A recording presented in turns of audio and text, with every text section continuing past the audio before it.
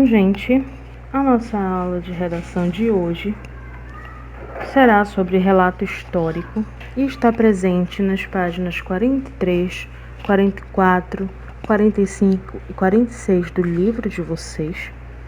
Nós veremos o conceito de relato histórico e a estrutura desse gênero literário. Um relato histórico tem a função de narrar acontecimentos reais que fazem ou fizeram parte da história de um povo. Trata-se de uma narração cronológica que assume acontecimentos relevantes que tiveram lugar a um determinado tempo. Em suma, o relato histórico geralmente é baseado num documento, ou seja, não se trata de um relato sem fundamentos, e ele fornece um grande valor de testemunho, segundo relatam historiadores.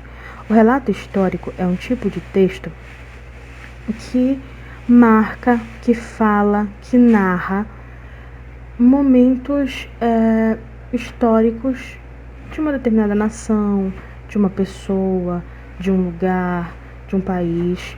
Então, precisa obedecer a uma cronologia, tá? Cronologia é o tempo organizado da forma correta, de acordo com o nosso relógio, manhã, tarde e noite, um dia após o outro, organizadamente, certo?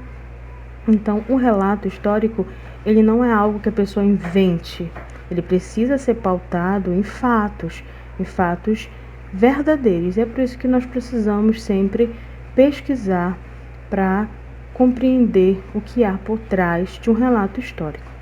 Bom, no relato histórico, a linguagem é formal, porque geralmente é um texto do passado, certo?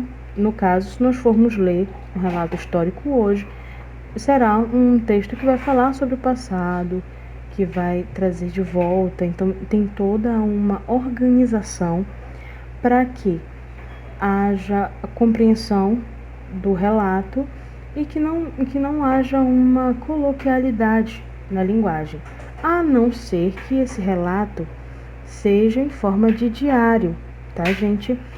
Por exemplo, nós temos um diário muito famoso no mundo, que é o diário de Anne Frank, que ela, como uma adolescente judia que viveu na época da Segunda Guerra Mundial e foi morta, né, por Hitler, enquanto ele perseguiu os judeus, foi morta na câmara de gás.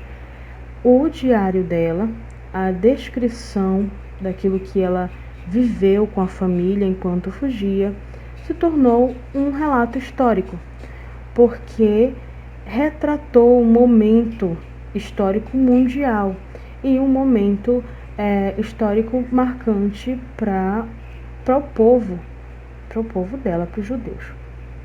Então, nesse tipo de relato, faz-se uso da linguagem formal, tem toda uma organização, a não ser que seja um diário que você não precisa ter cuidado com aquilo que você está escrevendo.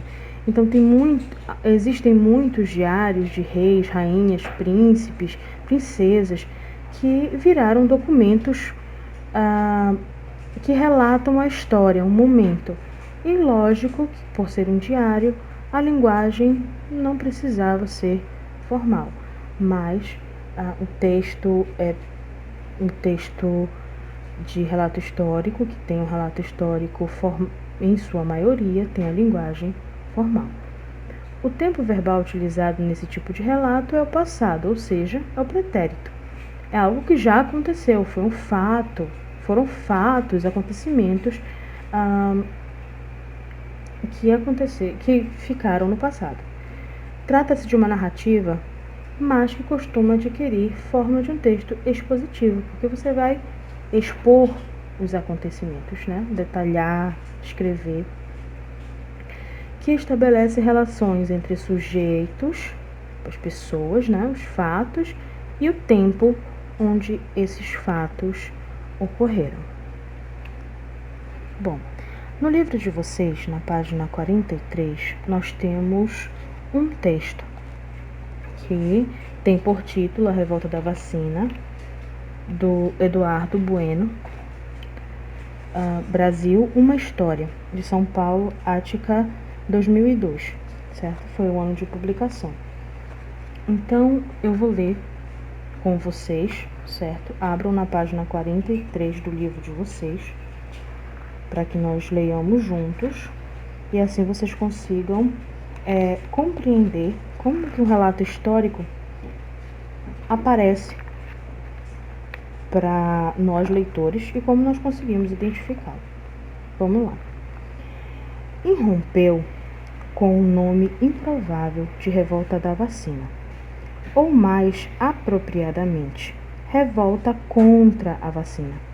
O estopim da virulenta insurreição popular que explodiu no Rio de Janeiro em novembro de 1904 foi de fato a recusa de boa parte da população da cidade, em especial as classes baixa e média, em aceitar o cumprimento da lei que tornava obrigatória a vacina contra a varíola. Aprovada pelo Congresso em 31 de outubro, a lei era uma vitória pessoal do jovem médico Oswaldo Cruz, sanitarista que, poucos anos antes, retornara da Europa, disposto a erradicar uma série de epidemias que assolavam duas das maiores cidades portuárias do Brasil, Santos e Rio de Janeiro. Desconhecida no Brasil, a vacina contra a varíola, já testada com êxito em vários países da Europa, era encarada com desconfiança pelos brasileiros em geral e pelos cariocas em particular. Por isso, tão logo as brigadas sanitárias, que eram as forças militares organizadas, passaram a entrar em todas as casas da cidade, acompanhadas da polícia para vacinar os moradores à força. Os adversários da medida começaram a chamá-las de violadores de lares e túmulos da liberdade.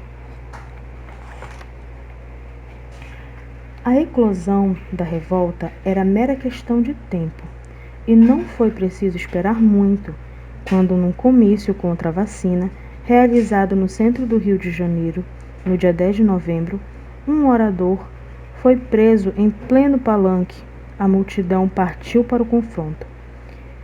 Imóveis derrubados pelo prefeito Pereira Passos forneciam grande quantidade de pedras.